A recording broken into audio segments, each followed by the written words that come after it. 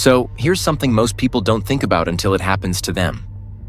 When there's a traumatic event in a home, an accident, a death, anything involving blood or bodily fluids, the mess you can see is honestly the easy part.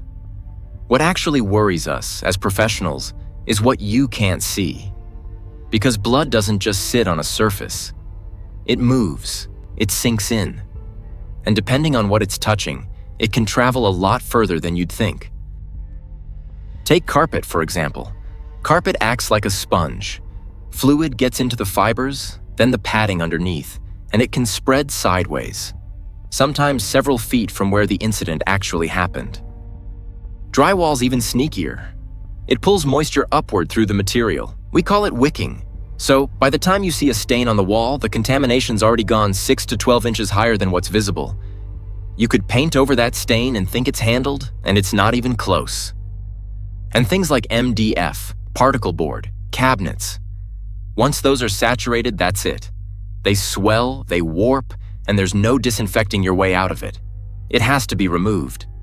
Even materials you'd assume are safe, concrete, grout, brick, they're more porous than people realize.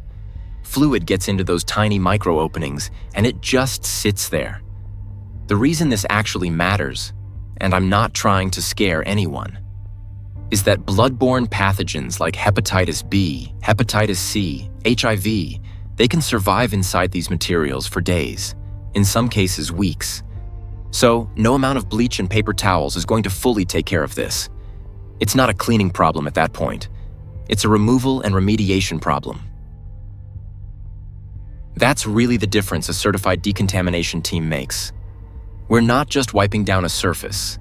We're identifying exactly how far contamination has spread, removing what needs to go, disinfecting everything else properly, and making sure the space is actually safe again, not just looking clean. Because at the end of the day, the people coming back into that space, they deserve to know it's truly been taken care of.